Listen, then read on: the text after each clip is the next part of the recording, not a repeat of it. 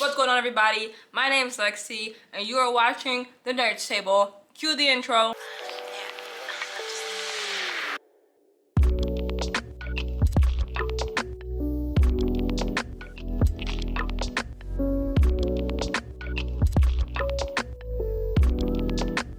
Why did I put the peace sign when I said that?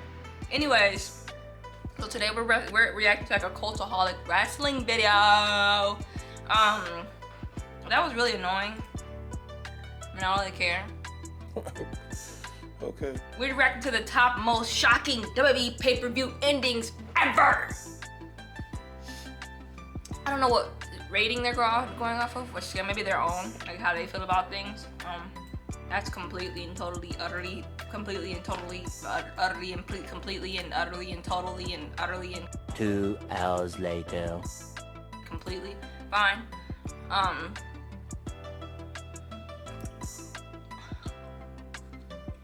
Okay, let's go.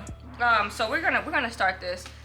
Thank you guys for all the love and support. I do appreciate each and every one of you that has subscribed, that has liked, that has watched, that has shared, that has commented. I appreciate all of y'all.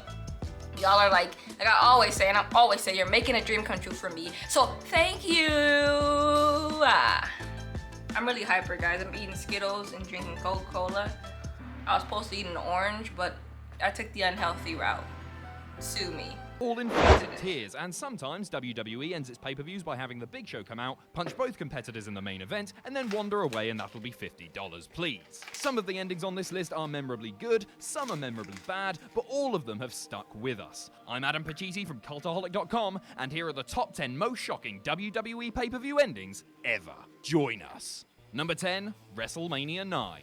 Everyone likes getting a little extra something for free, don't they? A little treat from WWE to celebrate you being such a good boy or girl this year. At WrestleMania 9, so generous was Vincent McMahon that the fans got 2 main events for the price of 1, you lucky devils. How do you do that? The advertised main event of WrestleMania 9 was Bret the Hitman Hart defending his WWF Championship against the winner of the Royal Rumble, Yokozuna, who we should never forget was a big Samoan man that they just told us was Japanese. For weeks, Yokozuna was presented as an unstoppable monster, and that Bret Hart, who was slowly being positioned as the face of the new steroid-free WWF, would have to call upon every ounce of wrestling acumen he had to topple the foreign menace. Surely he would, though, thought the fans. It's WrestleMania, everyone loves a happy ending. Behave. In fact, Bret lost thanks to a handful of salt to the eyes. Oh no, thought the fans. But then Hulk Hogan, who had recently returned to the WWF, came to the rescue.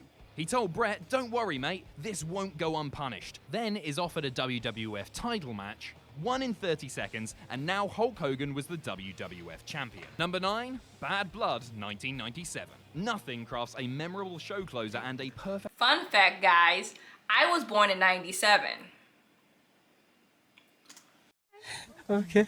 hook for fans to tune into Raw the next night, like the debut of a hot new star. And I use the word hot in every sense. Get it? Because he was horribly disfigured in a fire. Lol. Bad Blood 1997 in fact saw 2 great debuts. The first was the Devil's Playground, the Satanic Structure, the Box of Knots, the Cage of Rage, Vincent Mack's Bleeding Shack, the Hell in a Cell. The match, which pitted Shawn Michaels against The Undertaker, was hugely well received, garnering 5 stars from Dave Meltzer, and much of why it's so memorable was the fellow debut of the Big Red Monster, Kane. Yes, the man who'd formerly played Isaac Yankem, Fate Diesel, and the Christmas Creature finally got it right. What was with his teeth? What was that about? Okay, I'm back. Memory card was acting all weird, so I had to fix it. Slowly walking down to the ring in a terrifying mask as Vince McMahon nearly gave himself an embolus. Be Kane! The demon ripped the cell door off its hinges, entered the cage, and delivered a tombstone to The Undertaker, allowing a battered Shawn Michaels to sneak a victory. It ranks as one of the greatest debuts ever, and a perfect way to close out a pay-per-view. Shocking, memorable, iconic. Number 8, Survivor Series 2000. And what's more iconic than murder? I honestly can't tell you whether or not the ending of Survivor Series 2000 is really good or really bad. It's like a Schrodinger's pay-per-view. It exists as both great and awful at the same time until you rewatch it. And every time you do, you'll appreciate or hate something entirely new. So right, here we go. At Survivor Series 1999, Steve Austin, you might have heard of him, was set to fight for the WWF title in a triple threat match against The Rock and Triple H. When he was removed from the match at the last minute because he got run over with a car by a mysterious assailant. Cool. A year later, after Austin returned, that man was revealed to be Rikishi, the man with the bottom. However, Rikishi was actually working for Triple H. So at Survivor Series 2000, a year later, Austin and H fought to the parking lot, and the game jumped into a car so as to try to murder Steve Austin on national television. Nothing could go wrong there. Then, appearing from out of nowhere years before Randy Orton was doing it, Steve Austin drove a forklift into the car, lifted it up until it was 30 feet off the ground, before letting the car with Triple H inside smash on the concrete below. Boom, end of show. I have some questions. Question 1, how can you sneak up on someone with a giant pissing forklift? Question 2, why didn't Triple H just get out of the other side of the car, literally at any point? And question 3, murder? Number 7. 4 questions. Triple H walking around. How the hell he survived that? Anyways, I was with him on all those questions, especially the sneaking up on him.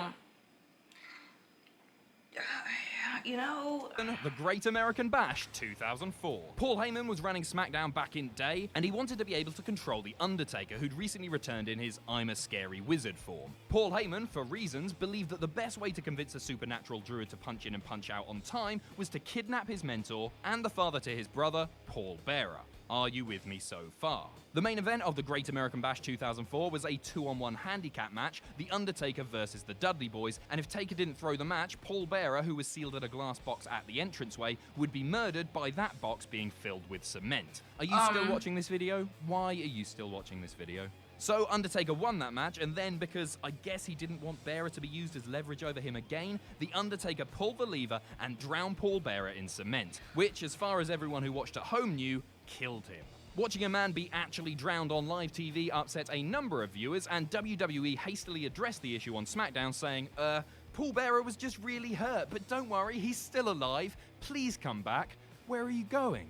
Number 6, WrestleMania 31. What? Seth Rollins Why? of the century. That's one of the few really good Michael Cole commentary calls. Say what you want about his over-scripted calls, he did a good job that night. Well done, Michael Cole. WrestleMania 31 was brilliant, and everybody thought it was going to be crap. A big reason for that was the main event. Roman Reigns had just finished bringing about #cancel WWE Network at the Royal Rumble, and then defeating beloved hero Daniel Bryan at Fastlane. So he was super duper popular going into Mania. Brock Lesnar's contract was coming to an end at the show of shows, so the grim inevitability of Reigns becoming champion made a lot of people very angry. Full credit to WWE when the corner.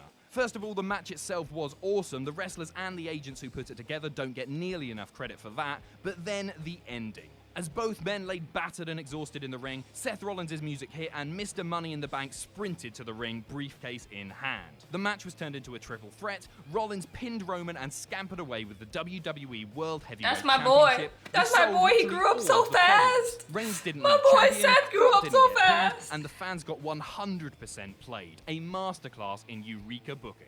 Number 5, New Year's Revolution 2006. And hey, while we're talking about Money in the Bank, that briefcase has given WWE fans a lot of wonderful memories over the years. Dolph Ziggler cashing in after Mania, Angry Miz Girl, but you never forget your first. At New Year's Revolution, Edge performed the first ever Money in the Bank cash-in, and it came at the perfect time, giving rise to his nickname, the Ultimate Opportunist. John Cena, whom the fans had started to become really annoyed by, had just finished retaining his belt in an Elimination Chamber match when Big Vince came out to announce one more match. Edge versus John Cena for the WWE title. John Cena. 2 spears later, Edge was champion and everyone was losing their nut. So began the great Money in the Bank legacy. Number 4, Money in the Bank 2011. You hoped, you dreamed, you prayed, but you never really thought that CM Punk was going to walk out of the company with the WWE Championship, did you? Despite the angle being white hot and Punk immediately elevating himself to the most talked about wrestler of the day, no one really dared to think that he would actually pull it off. I'm gonna just say this so there's no gray area of how I feel about CM Punk. I don't like CM Punk, like at all. He's just a whiny man-child who I feel like when he doesn't get his way, he full stumps his way through the wrestling community. And I don't like it, so I'm not really a CM Punk fan. If you are, that's cool. I ain't gonna tell you stupid for it. I ain't gonna tell you shouldn't be a fan. That's your opinion. You like CM Punk. My opinion, I don't like CM Punk. Only to have his feet pulled from under him time and time again. I used to like CM Punk a hell of a lot. Off-screen, A hell of a lot, second but I don't involved know in more. being comically squashed by The Undertaker, the Straight Edge Society flamed out, as did his run with the Nexus. Punk would fly close to the sun, but he'd always plummet back to Earth. CM Punk beat John Cena for the championship, fended off a Money in the Bank cash-in, and ran out of the building with the belt. It's one of the most unexpected but joyous endings of any pay-per-view ever. I don't Number 3, think so, Survivor but okay. Series 2016.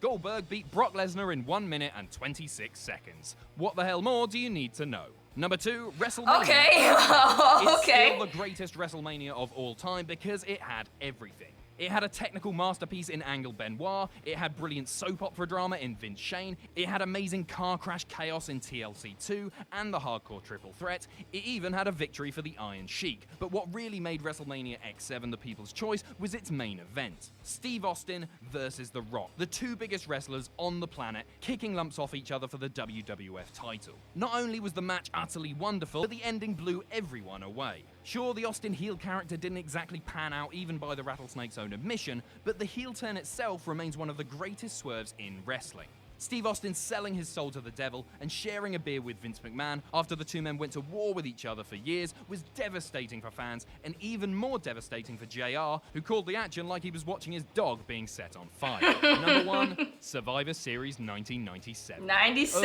Of course, the night that wrestling 97. got way too real. If you don't know the story of the Montreal Screwjob, go away. All that needs saying is watching Brett get legit screwed out of the title is still absolutely fascinating viewing. Watching it back, you forget what a mess it was. How many people were at ringside, Hebner running away as fast as he could, the spitting, Brett trashing ringside, it's a complete car wreck. Fans had no idea what to make of it at the time, but one thing was absolutely clear. They were going to be tuning into Raw the next night. And that's our list. Let us know what you think in the comments. I mean, you know, a lot of people was mad at the Montreal screw job, but they, you know what I'm saying?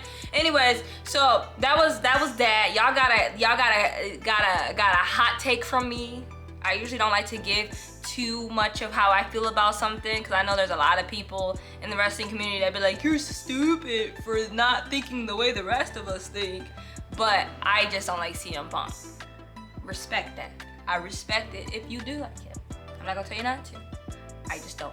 Anyways, thank you guys for all the love and support. Thank you guys for all the liking, subscribing, and sharing, and commenting. Please continue to do that. Let's continue to grow this channel. This channel is our channel. It's our nerds table. This is our table.